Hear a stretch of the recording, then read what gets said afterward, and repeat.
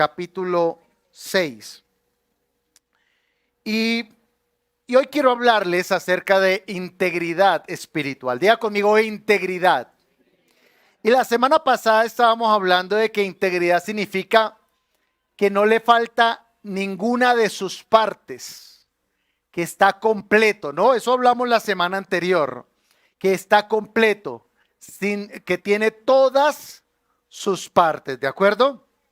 Y quiero que hablemos esta mañana acerca de lo siguiente. Vamos a seguir hablando de Daniel, vamos a tratar de hablar de Daniel en todo este mes de noviembre.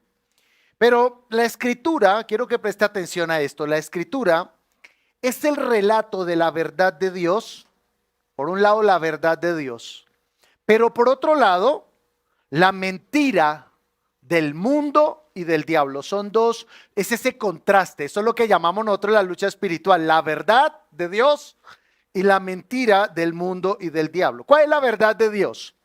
La verdad de Dios es que eres amado. Nadie dijo amén, pero yo lo creo. Eres amado, eres sano, eres salvo, eres bendecido en Cristo. Esa es la verdad. Pero así como hay una verdad, también hay una mentira. ¿Y cuál es la mentira? La mentira es que no somos amados, que no somos valiosos, que no son importantes. Eso es una mentira porque eres amado por Dios. Pero también la enfermedad es una mentira. La enfermedad es una mentira. La vida de pecado es una mentira también. Porque el mundo te dice, hombre, es que si no rumbeas, si no tienes una vida desordenada, no vas a ser feliz. Entonces no se ha dado cuenta que los que somos cristianos y estamos en un ambiente difícil, oye, ¿qué hay pasa vamos a ir a rumbear. No, me voy para mi casa. Usted sí es aburrido. ¿Sí se ha dado cuenta? Porque esa es una mentira del mundo. ¿Cuál es la mentira del mundo? Que si no es borracho, desordenado por allá, entonces no hay felicidad. Esa es una mentira absoluta. Bueno, yo creo que es una mentira, no sé usted, pero es una mentira. Pero hay una verdad de Dios. Y la verdad de Dios es que eres alguien importante. Dígale que tiene a su lado, por favor, dígale, eres alguien importante. Dígale, eres muy valioso. Somos muy valiosos para Dios. Y somos valiosos y somos tan valiosos para Dios que la Biblia nos enseña en Primera de Corintios capítulo 3, enseña que somos templo de Dios. Somos templo de Dios.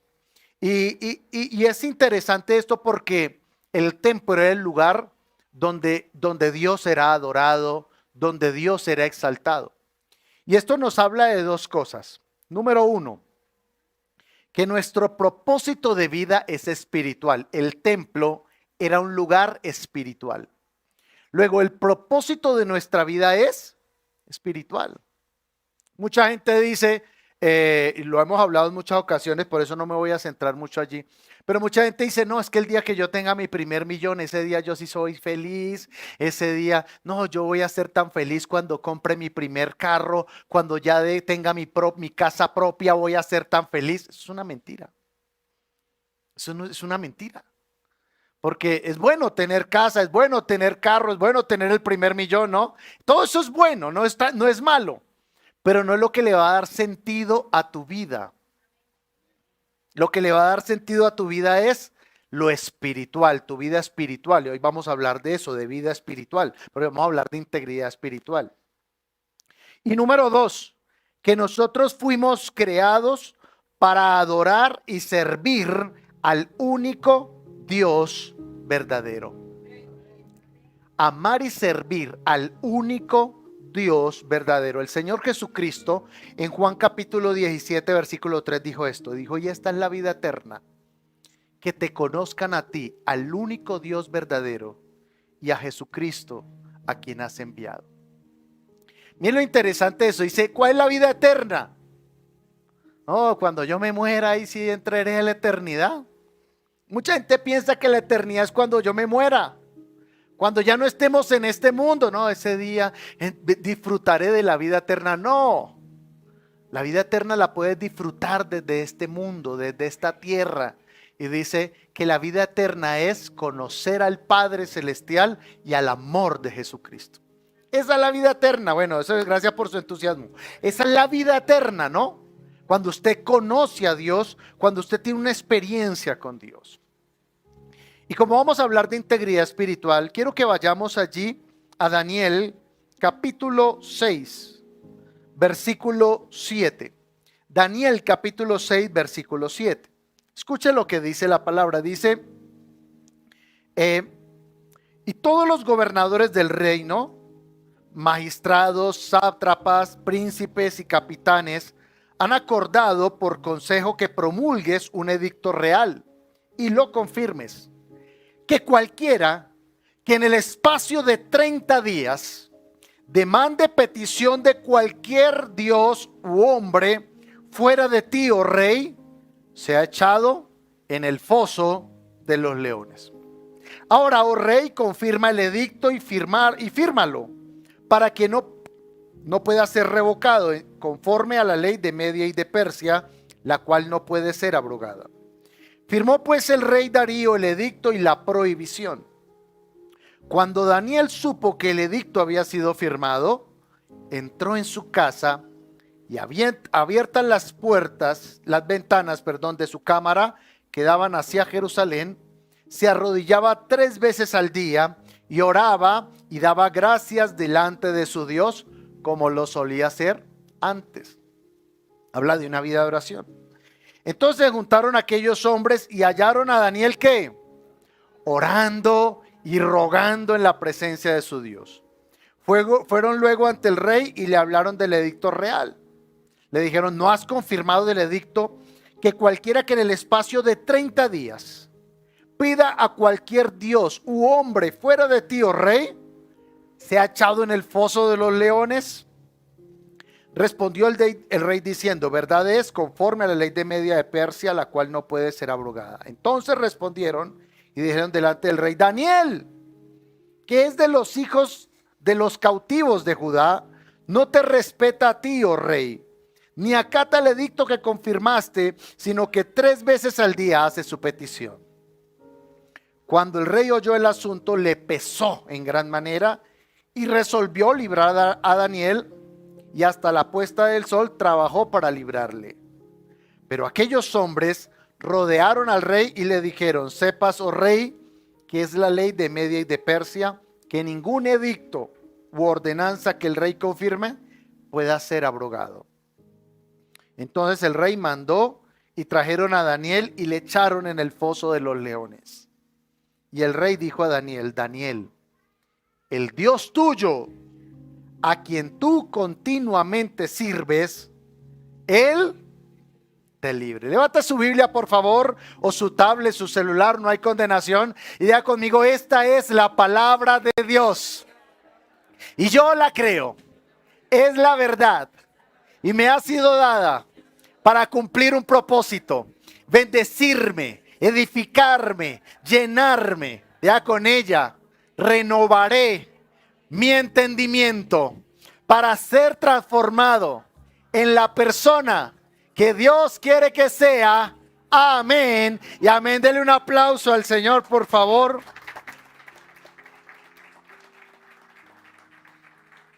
Y empezamos diciendo que la Biblia es el relato de la verdad y la mentira. Es una confrontación, un versus allí.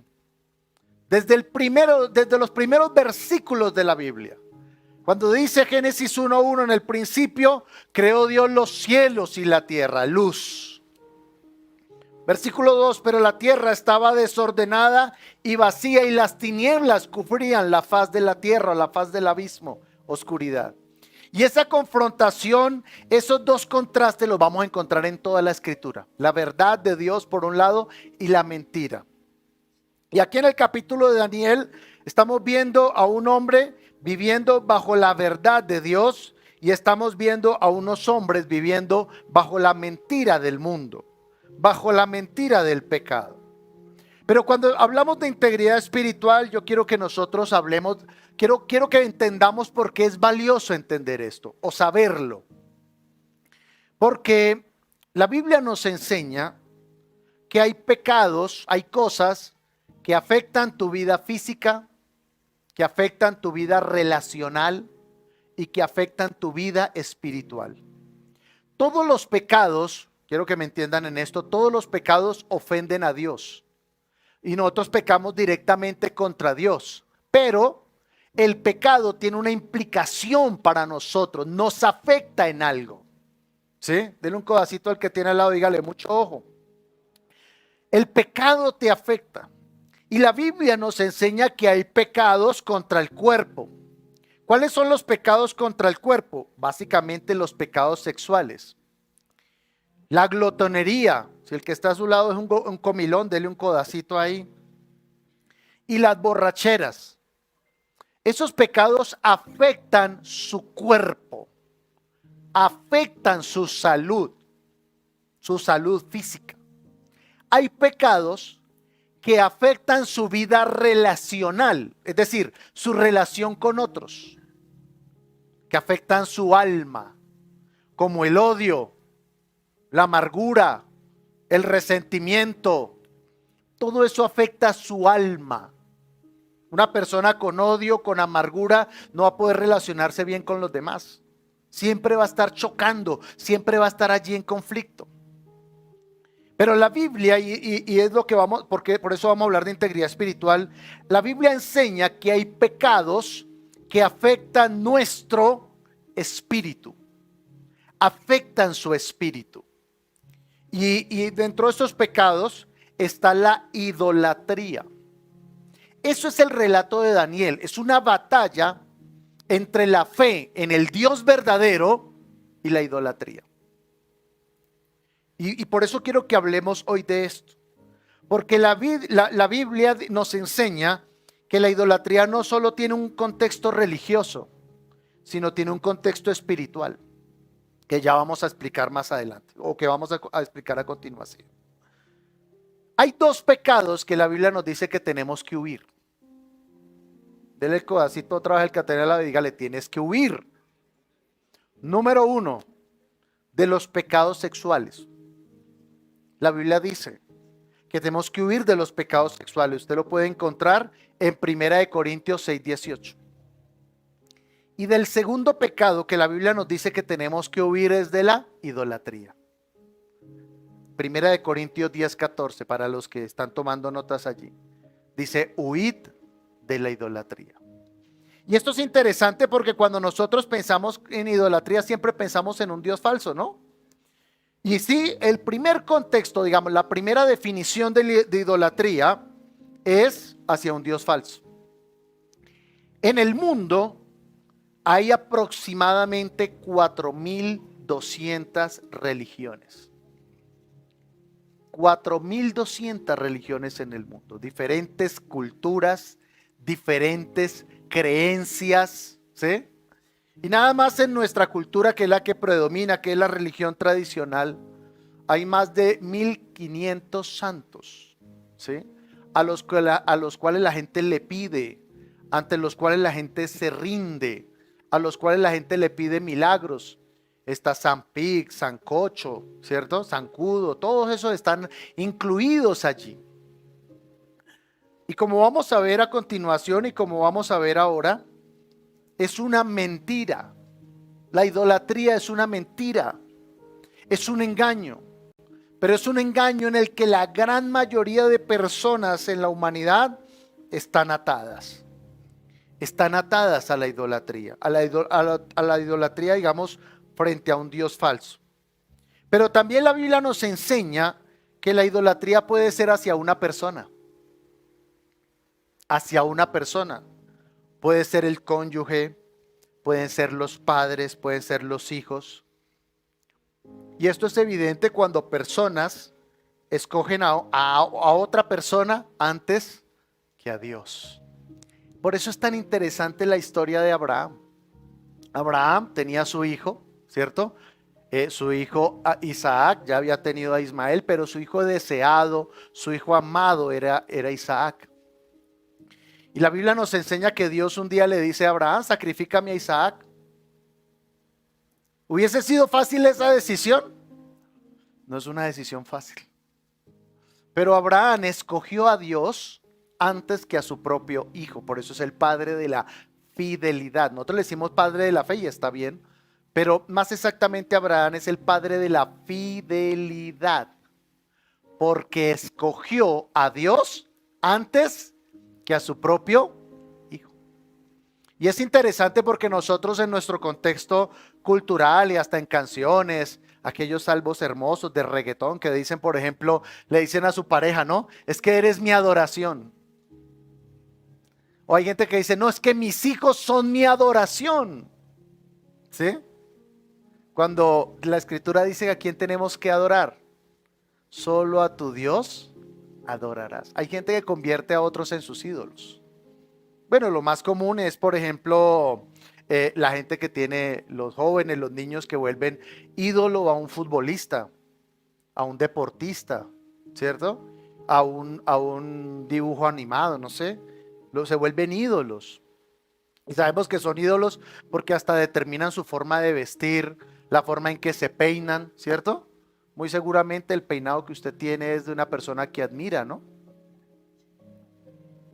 Y si, como yo, no tiene mucho cabello, pues de pronto admiramos a Kojak, no sé, pero hay gente que adora personas. Hay gente que ha convertido en un ídolo en su vida el dinero. El dinero puede ser un ídolo. De hecho, el Señor Jesucristo, lo hemos hablado y por eso solo lo estoy mencionando tangencialmente, no quiero profundizar mucho en eso porque hemos hablado muchas veces de esto. El Señor Jesucristo puso el dinero como un elemento al que la gente puede amar y servir. Por eso el Señor dijo, no puedes amar a Dios y al dinero o a Mamón, ¿no? De hecho, la Biblia enseña que la avaricia es idolatría. ¿Qué es avaricia? El deseo de tener y tener y tener y conseguir y que nunca es suficiente. Entonces estamos hablando de idolatría a un Dios falso, a una persona, al dinero. Hay gente que idolatra una posición social. Idolatran un trabajo, idolatran sus logros, sus alcances. Por ejemplo, el joven rico. El joven rico tenía una posición social, tenía un estatus social, vino al Señor, Señor, ¿qué debo hacer para heredar la vida eterna? El Señor le dijo, guarda los mandamientos. Señor, desde niño estaba hoy juiciosito.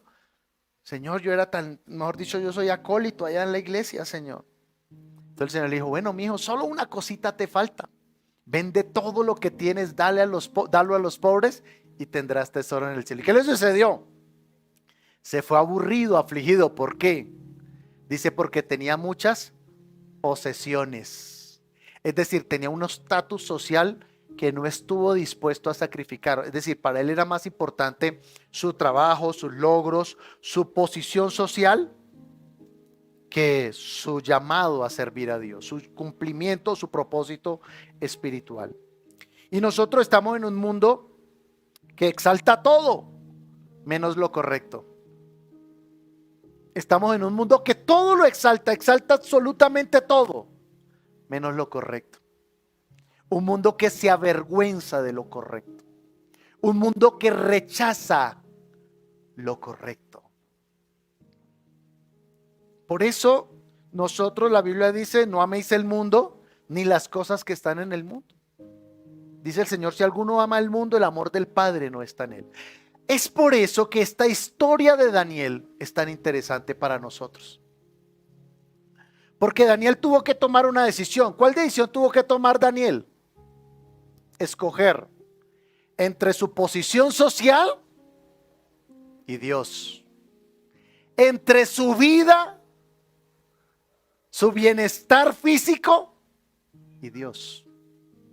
Tuvo que escoger entre la vida, entre vivir esclavo de la idolatría, porque no era era la primera vez, pero él sabía que no iba a ser la única vez que iba a ser probado en esa área. Entonces, vivir en el engaño de la idolatría o morir por causa de su fe. La pregunta del millón es, ¿cuántos de los que estamos aquí, no le pido que me responda, pero usted estaría dispuesto a morir por su fe? ¿Usted estaría dispuesto a morir por su fe? En el primer siglo, a los cristianos los perseguían. Y solo les pedían una cosa: que negaran a Jesús, que maldijeran a Jesús. Era la única petición. Que maldijeran a Jesús, que negaran a Jesús. Pero el Señor Jesucristo dijo: el que me niega delante de los hombres, yo le negaré delante de mi Padre. Cualquiera diría que es un asunto de palabras. No, pues yo lo niego ahorita y después le digo: Señor, perdóname, y empatamos, ¿no? Pero era un asunto de convicciones. Y muchos cristianos murieron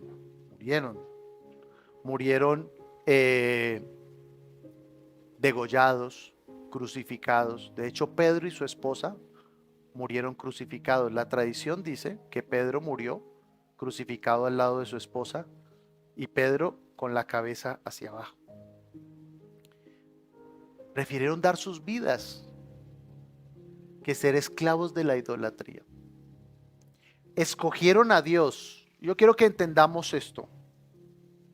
Versículo 7 dice: todos los gobernadores del reino, magistrados, sátrapas, príncipes, capitanes.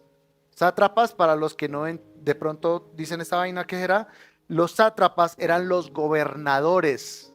El imperio persa, medo-persa, estaba dividido, era un solo reino y estaba dividido en gobernaciones o satrapías.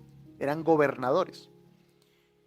Y dice: y por consejo, han acordado que por consejo promulgues un edicto real y lo confirmes, que cualquiera que en el espacio de 30 días demande petición de cualquier dios u hombre fuera de ti, oh rey, sea echado en el foso de los leones. Los leones no eran gatos, ¿no?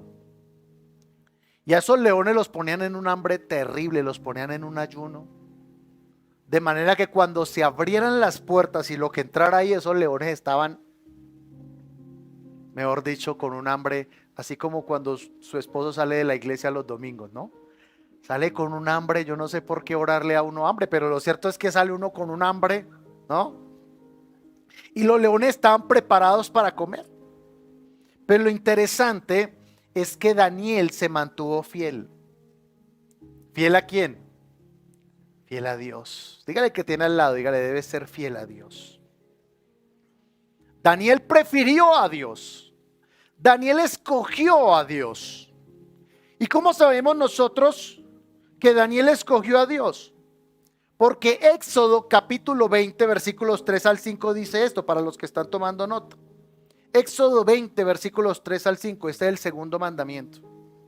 Lo que pasa es que la tradición dividió ese mandamiento. La tradición quitó ese mandamiento. Pero el segundo mandamiento dice así: no tendrás dioses ajenos delante de mí. No te harás imagen ni ninguna semejanza de lo que está arriba en el cielo, ni abajo en la tierra, ni en las aguas debajo de la tierra. Escuche: no te inclinarás a ellas, ni las honrarás, porque yo soy el Señor tu Dios, fuerte, celoso, que visito la maldad de los padres sobre los hijos hasta la tercera y cuarta generación de los que me aborrecen. Y entonces es ahí cuando nosotros entendemos la última parte. Dice que hay maldición sobre aquellos que idolatran. Hay una maldición. Una maldición, no imagina usted un brujo allá haciendo un conjuro. No. ¿Sabe qué dice la escritura? Por ejemplo, cuando usted decide amar a una persona, idolatrarla, volverla el centro de su vida, la Biblia dice lo siguiente, usa una palabra muy fuerte. Muy seguramente hay otras traducciones un poco más livianas, pero la Biblia dice: maldito el hombre que confía en el hombre.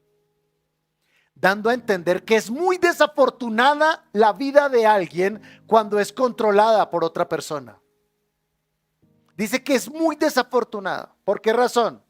Porque personas fallan, personas se equivocan, personas defraudan. ¿Quién ha sido defraudado aquí alguna vez por una persona?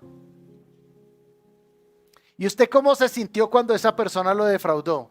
¿Feliz? No, tal vez usted entró en una tusa que, mejor dicho, hubo que hacerle liberación. ¿Sí o no? Restauración de esa tusa tan terrible. Porque la Biblia enseña que cuando alguien decide poner a una persona por encima de Dios, su vida va a ser muy desafortunada. Desafortunado porque se va a llenar usted de celos. Desafortunado porque usted se va a volver una persona posesiva. Desafortunado porque se va a volver usted una persona controladora. ¿Y a quién le gusta que le controlen? ¿Alguien aquí le gusta que le controlen? Dígale que tiene a su lado, no me controle. Záfese de ese espíritu controlador. Y entonces cuando usted quiere controlar a una persona, nadie quiere sentirse controlado, nadie quiere sentirse mal. Por eso la escritura dice, es desafortunada la vida del hombre que pone toda su confianza en otro hombre.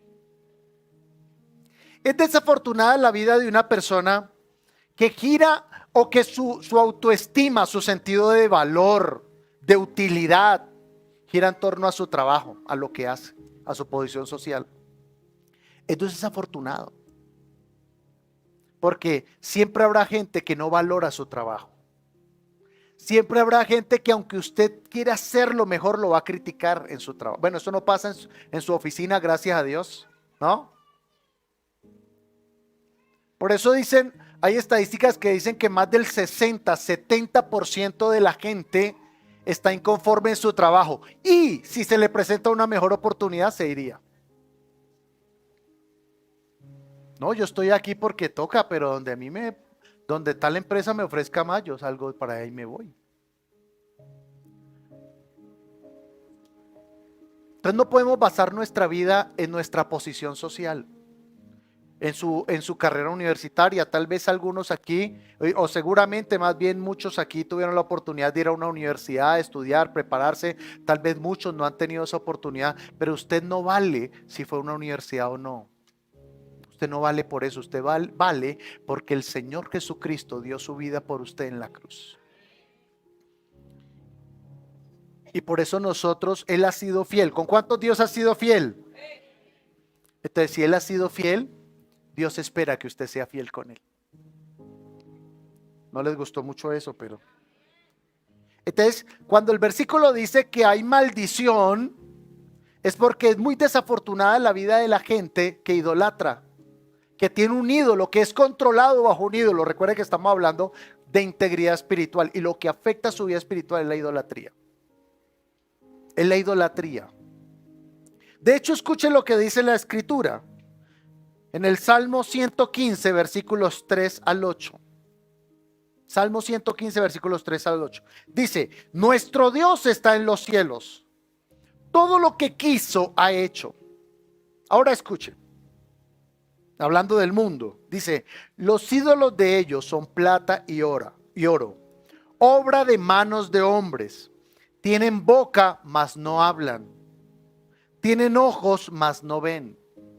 Orejas tienen, mas no oyen. Tienen narices, mas no huelen. Manos tienen, mas no palpan. Tienen pies, mas no andan. No hablan con su garganta. Escucha esta parte. Semejantes a ellos son los que los hacen y cualquiera que confía en ellos. Voy a leer esa parte. Está hablando de ídolos y dice, semejantes a ellos son los que los hacen y cualquiera que confía en ellos. ¿Sabe qué está diciendo el versículo? Que personas presas de idolatría viven paralizados. Viven paralizados. Viven paralizados por el temor, por ejemplo. La Biblia dice que al rico no lo dejan dormir sus riquezas. Eso dice la escritura. Yo he escuchado casos, en una ocasión escuché el caso de una relación un poco tóxica, un poquito nomás tóxica, que cuando uno de los dos, no recuerdo, creo que fue ella la que dijo me voy, él cogió un cuchillo, se lo puso acá y dijo, si usted se va yo me mato. No tiene para mí sentido ir. En Ibagué, por ejemplo, la tierra más hermosa de Colombia, ustedes no están preparados para esta discusión, pero en Ibagué hay un puente que lo llaman el puente de la vida, hay muchos informes sobre eso, donde se han suicidado muchas personas en ese puente y más del 60% de los suicidios fueron por una decepción amorosa. Ni siquiera por problemas económicos, una tusa. Porque la gente cuando está bajo esa idolatría hacia alguien, hacia otra persona, dice, es que yo sin esa persona no puedo vivir, es que sin ella no puedo vivir, es que sin él no puedo vivir. En una ocasión conocí a una mujer que ella, bueno, pues su esposo la dejó y ella después de algún tiempo, etcétera, me dijo esto, me dijo, mire, yo soy consciente de que mi esposo, yo idolatraba a mi esposo, yo lo idolatraba. Yo escogí a mi esposo. En asuntos tan simples como eso, yo tenía que escoger entre ir a congregarme y quedarme con mi esposo, yo me quedaba con mi esposo. ¿Y sabe qué sucedió? El hombre fue. ¿Y quién la restauró a ella? ¿Su esposo? ¿Su ídolo la restauró? ¿Sabe quién la restauró? Aquella persona a quien ella muchas veces rechazó. Dios. Porque el amor. Él no nos paga, la Biblia dice, Él no nos paga conforme a nuestras iniquidades. Pero Él no hubiese querido ver a aquella mujer vuelta a pedazos como la vio vuelta a pedazos. Y ese es el problema de la idolatría, paraliza tu vida con el temor. Con el temor. Por eso mucha gente está pegada a su trabajo, por ejemplo, porque su trabajo es un ídolo. Y cuando usted está pegado a su trabajo y tiene ese temor al trabajo, uy, no, toca portarme bien y no me echan aquí en la empresa, no toca hacer porque toca, ¿sí? Se le convierte en un ídolo y usted vive atemorizado. Pero cuando usted decide confiar en Dios, usted dice, Señor, gracias porque yo estoy aquí y esto es una bendición. Señor, pero si alguna cosa llega a suceder aquí, yo te doy gracias porque una puerta más grande me vas a abrir. Y entonces usted se libera del temor. Por eso la gente, por ejemplo, alguien me preguntaba en una ocasión, pastor, ¿y entonces cómo hago para no idolatrar el dinero? Dos cosas. Número uno, reconozca que Dios es el que provee. Y número dos, dé. Ahí sí menos. Reconoce que es el que, amén. Dé.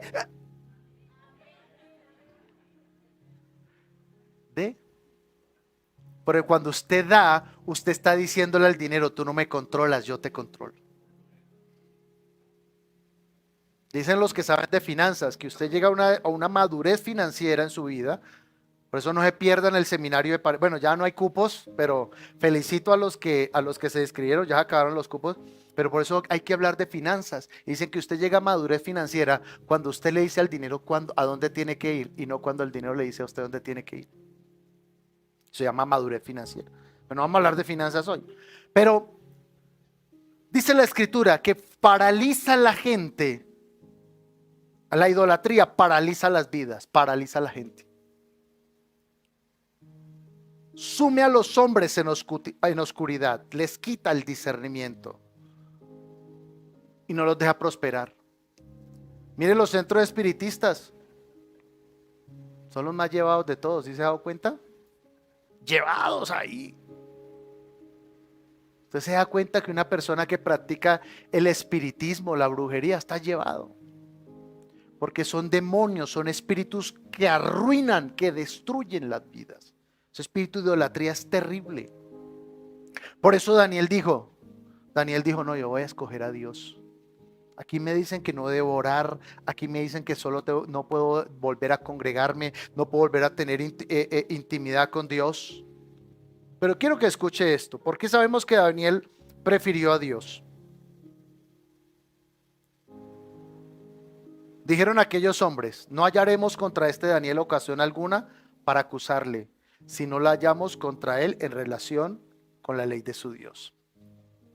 O sea, sabían que Daniel no hacía chanchullos, sabían que a él no le podían ofrecer plata, sabían que él era incorruptible, sabían que Daniel era incorruptible.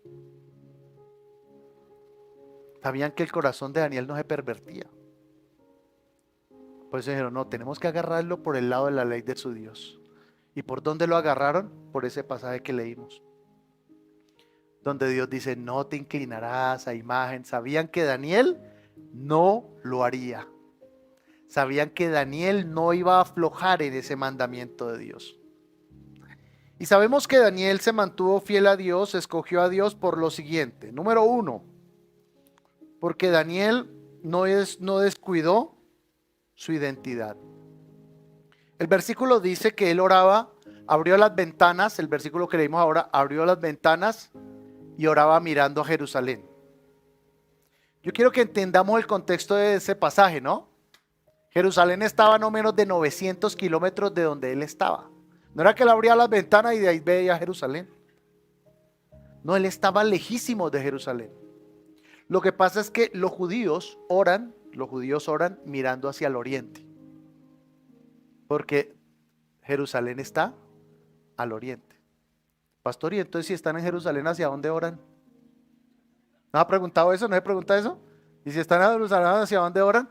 Cuando estaban en Jerusalén, oraban mirando hacia el templo. Entonces todos los judíos oran mirando hacia el oriente. Entonces Daniel abría sus ventanas y oraba ¿hacia dónde? Hacia el oriente. Eso habla de que no descuidó su identidad. No descuidó su identidad. Si hay algo que los judíos han hecho, a pesar de todo el maltrato, todas las tierras donde fueron esparcidas, es que no han perdido su identidad. Hay gente, por ejemplo, no están acá, se van para Medellín 3 días y llegan, ¿qué más pues? ¿Cómo te ha ido pues? Ya 3 días. Se van para la costa, mediodía, ajá, ¿y tú qué? Eche. Porque a nosotros nos cuesta mucho mantener nuestra identidad. Nos cuesta conservar nuestra identidad. Nosotros estamos bajo esa mentira de a la tierra que fueres, haz lo que vieres. ¿Sabía que el judío no es así?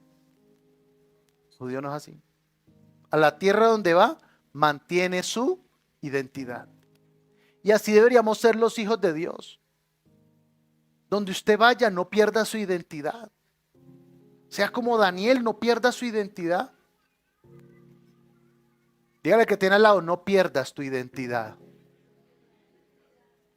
Y aprovecho esto, todavía no estamos llegando en diciembre, pero ya está, ya está asomando las orejas diciembre. Y hay hermanos que en 24, el 31 se les olvida que son cristianos. Se les olvida, eso se alzan la bata. ¿Sí? Dígale que tiene al lado, no haga eso. Mantenga su identidad. Guarde su corazón. No, la semana pasada hablamos de guardar el testimonio, ¿no? Pero más importante que guardar el testimonio, ¿qué es? Guarde su corazón. No es que usted vio un aguardiente y, uy, no, se me hace agua la boca, pero no, qué mal testimonio, no. Se desarraiguen todos esos deseos por las cuales no pierda su identidad. Pastor, entonces no puedo hacer ni un brindis, claro que sí. Tome su copita y bueno, Dios te haga una nomás y ya. Pero si usted ya 2, 3, 4, ya le abrió las puertas al pecado. No les gustó mucho eso, pero entonces no descuide, Daniel no descuidó su identidad. Él sabía de dónde venía, por eso oraba mirando al oriente. Número 2, Daniel no descuidó su vida espiritual. La Biblia dice, en este versículo dice que se mantuvo orando y rogando. Orando y rogando. La oración, ya la hablamos, mirando al oriente, y el ruego, que es la palabra doblar las rodillas. Y en el contexto tanto de judíos como de árabes, adoraciones de rodillas. Siempre que esa es una palabra hebrea, barak. ¿Sí? Uy, yo pensé que eso era el grupo nada más cristiano. No, eso tiene un significado bíblico, que significa postrados en adoración. Cuando usted dobla sus rodillas, usted está diciéndole al Señor, Señor, yo me rindo a ti. Yo te adoro, Señor. Gracias por ese amén. Y a veces nosotros un poco descuidados en nuestra adoración, ¿no? Estamos orando y bostezando, rascándonos la cabeza. Bueno, usted sí ora, sí, yo mientras voy viendo el partido voy orando. ¿No? Se necesita hombres y mujeres adoradores. Entonces no descuidó su vida espiritual, se mantuvo orando. Y me gusta el versículo que dice que cuando supo que se proclamó el edicto, dice que se encerró a orar como ya lo hacía antes. O sea, el problema no fue el que lo puso a orar. ya tenía una vida de oración. Hay gente que solo ora cuando tiene problemas. Dele un codacito al que tiene al lado, diga no sea así. Hay gente que usted solo lo ve orando y ayunando cuando tienen una necesidad. Yo hago una pregunta muy ingenua, ¿no? Y es, ¿por qué no ayunamos en acción de gracias? ¿No lo ha pensado? Oiga, voy a ayunar para que Dios haga un milagro. Dios hace el milagro, voy a ayunar en acción de gracias. Entonces, Daniel no oró solo porque necesitaba, sino porque ya lo hacía. Y número 3, Daniel confirmó que él dependía de Dios. El rey le dice en el versículo 16, el Dios tuyo, a quien tú continuamente sirves, Él te libre. O sea, la fe de Daniel era una fe muy evidente, la gente se daba cuenta que él era cristiano. Hay gente que, por ejemplo, le dicen, oiga, ¿usted era cristiano? Uy, yo lo conozco hace 10 años y yo no sabía. Usted no se le nota que era cristiano. Son cristianos encubiertos, ¿no? Hay lugares donde hay gente que, por ejemplo, va uno, hace un grupo de oración y comparte la palabra y al rato sale un anónimo por allá. Pastor, yo también soy cristiano. Mi hermano, ¿y usted por qué entonces no está haciendo el trabajo? No, todo el mundo sabía que Daniel amaba y servía a Dios. La fe se nos tiene que notar. La comunión con Dios se nos tiene que notar. Y el rey le dice, y ustedes ya conocen el final de la historia, ¿no? ¿Cómo termina la historia? Que los leones no lo pudieron comer. Los leones no lo pudieron tocar. Porque Daniel no olía carne. Porque su vida espiritual era tan íntegra que no olía carne. Y entonces no era atractivo para los leones. La gloria viene sobre personas fieles. Voy a repetirlo. La gloria viene sobre personas fieles. Dios respalda y tapa la boca de los leones frente a personas fieles. Gracias por acompañarnos hoy. Suscríbete a nuestro canal para que veas más contenido de nuestra iglesia. Recuerda, somos la Gran Comisión Bogotá.